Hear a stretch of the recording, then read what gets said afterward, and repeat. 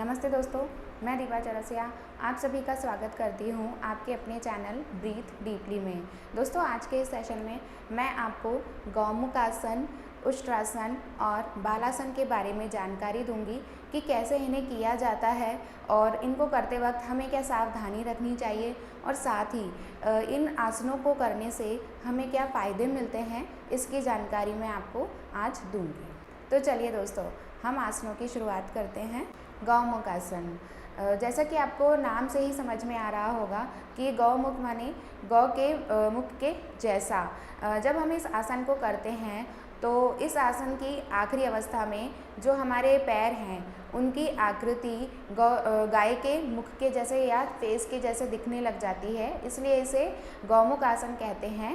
हमारे जो घुटने होते हैं वो एक के ऊपर एक होते हैं तो वो गाय के मुंह के जैसे दिखते हैं, और जो हमारे दोनों पैर के जो पंजे हैं वो फैले हुए होते हैं तो वो गाय के कान के जैसे दिखते हैं, इसलिए इसे गौमुख आसन कहा गया है।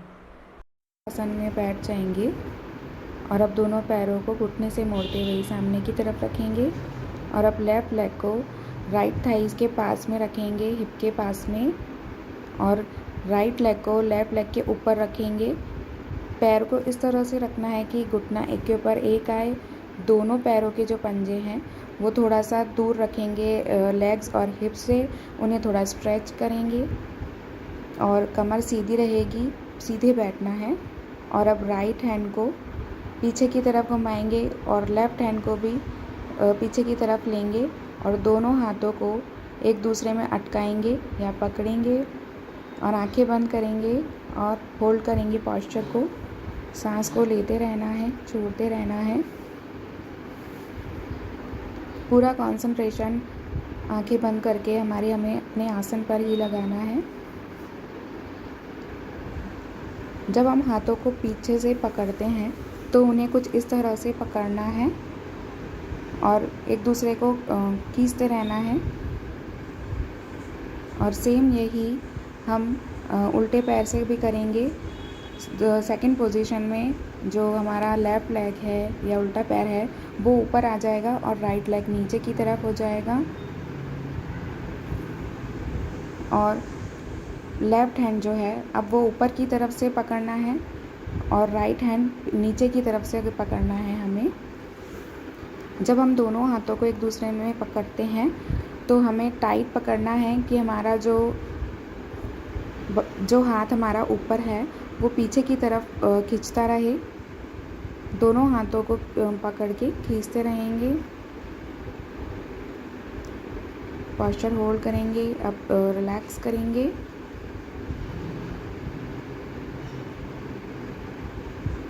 लेफ़्ट साइड से भी हमें हाथों को कुछ इस तरह से पकड़ना है। गौमुख आसन को करते समय हमें कुछ सावधानी रखनी चाहिए।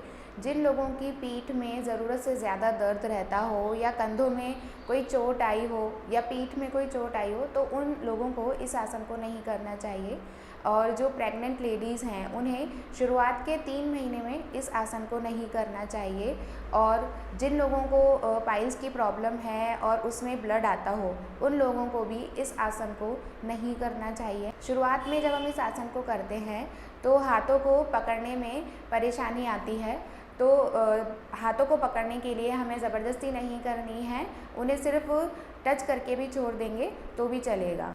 गौमुख आसन को करने से हमें कई तरीके के फ़ायदे होते हैं।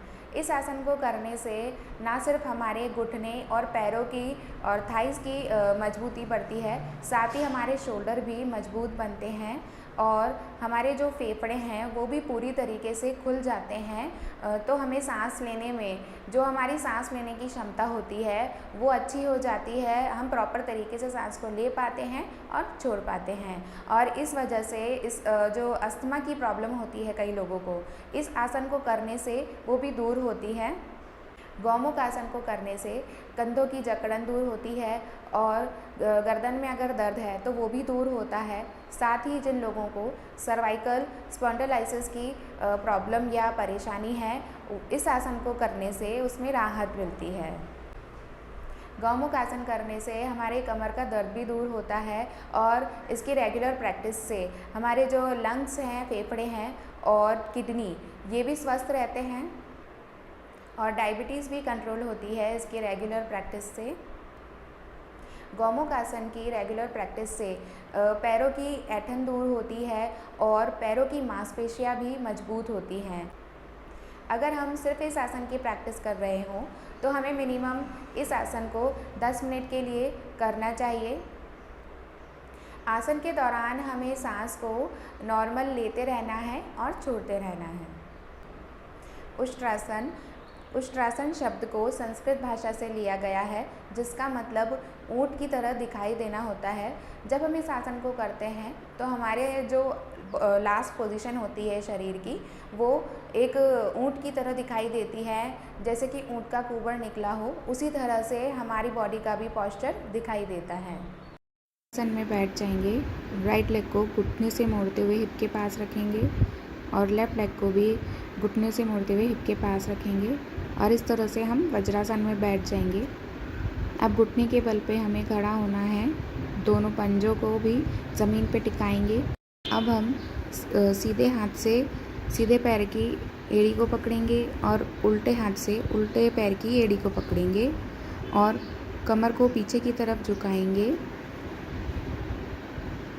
और गर्दन को भी पीछे की तरफ लटका देंगे।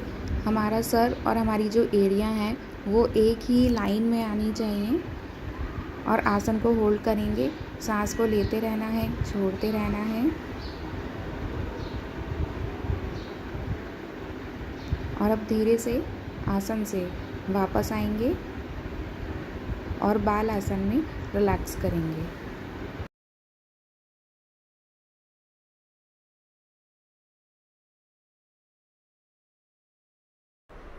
उष्ट्रासन को करते समय हमें कुछ सावधानी रखनी चाहिए। जिन लोगों को घुटने में ज़रूरत से ज़्यादा दर्द रहता हो, उन लोगों को इस आसन को नहीं करना चाहिए और जिन लोगों की कमर में ज़रूरत से ज़्यादा दर्द रहता हो, उन लोगों को भी इस आसन को नहीं करना चाहिए। जिन लोगों को हर्निया की समस्या हो, वे भी इस आसन को नहीं करें और जिन लोगों के सर्वाइकल में गैप कम हो, उन लोगों को भी इस आसन को नहीं करना चाहिए। उष्ट्रासन की रेगुलर प्रैक्टिस करने से कई तरीके की बीमारियां ठीक हो जाती हैं। जैसे जिन लोगों को दिल की बीमारी होती है तो वो भी ठीक होती है, अस्थमा की प्रॉब्लम भी दूर होती है और जिन लोगों का कोलेस्ट्रॉल हाई रहता है या ज़्यादा रहता है या जिन लोगों को बीपी की समस्या रहती है वो भी ठीक होती है।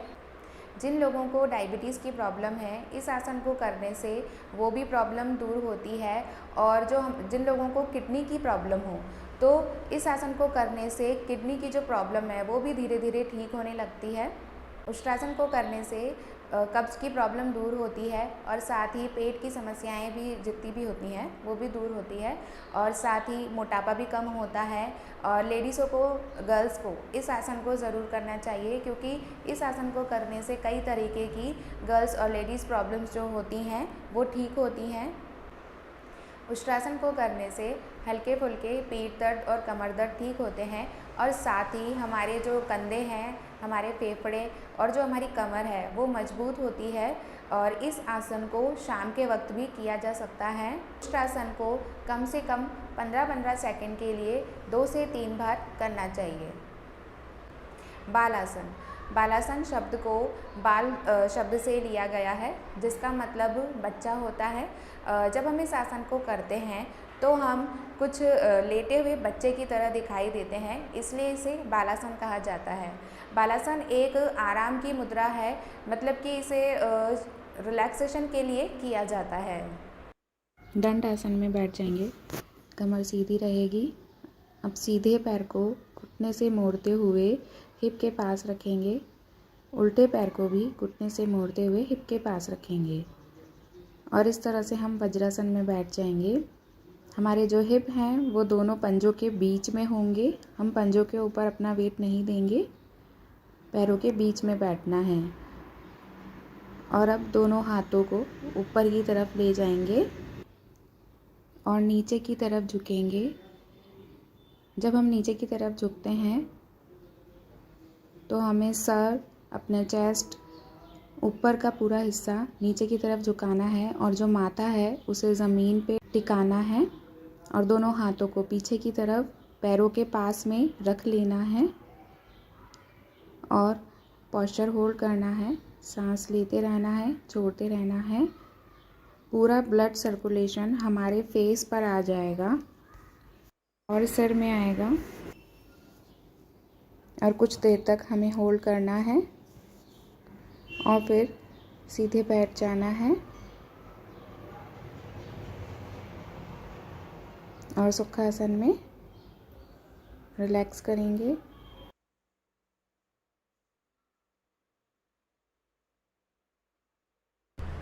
बालासन को कई आसनों के बाद रिलैक्सेशन के लिए किया जाता है, जैसे कि शीर्षासन और उष्ट्रासन। बालासन को करते समय हमें कुछ सावधानी रखनी चाहिए, जैसे कि जिन लोगों के घुटने में ज़रूरत से ज़्यादा समस्या रहती हो, दर्द रहता हो, उन लोगों को इस आसन को नहीं करना है। जिन लोगों के पेट में प्रॉब्लम रहती हो या अल्सर की प्रॉब्लम हो, वे भी इस आसन को ना करें और प्रेग्नेंट लेडी से इस आसन को बिल्कुल भी नहीं करें। हाई बीपी के लोगों को भी इस आसन को नहीं करना चाहिए। बाल आसन को करने से कई तरीके की परेशानियां दूर होती है हमारे शरीर से रिलेटेड और कई तरीके के फ़ायदे भी हमें मिलते हैं। जैसे जिन लोगों को तनाव रहता है या जो लोग डिप्रेशन में रहते हैं, उनका डिप्रेशन इस आसन को नियमित रूप से या रेगुलर बेसिस पे करने से दूर होता है। बालासन को करने से नॉर्मल पीठ दर्द ठीक हो जाता है और हमारे जो पाचन शक्ति है या हमारा डाइजेशन है उसमें सुधार होता है। बालासन की रेगुलर प्रैक्टिस से हमारे घुटने के जो लिगामेंट्स हैं वो मजबूत होते हैं। जिन लोगों को नींद ना आने की समस्या होती है, इस आसन को करने से ये समस्या धीरे धीरे दूर होने लगती है। बालासन एक रिलैक्सेशन पोज है। इस आसन को करने से हमारा तनाव दूर होता है और हमारी पूरी बॉडी का जो ब्लड सर्कुलेशन है वो भी सुधरता है और अच्छे तरीके से काम करता है। इस आसन को मिनिमम 5 से 10 मिनट के लिए हमें ज़रूर करना चाहिए।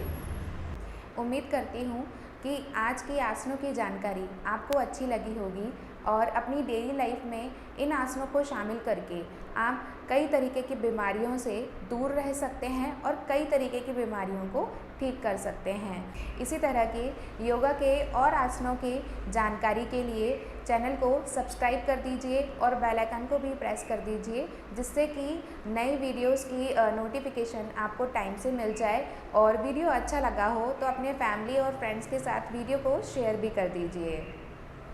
धन्यवाद।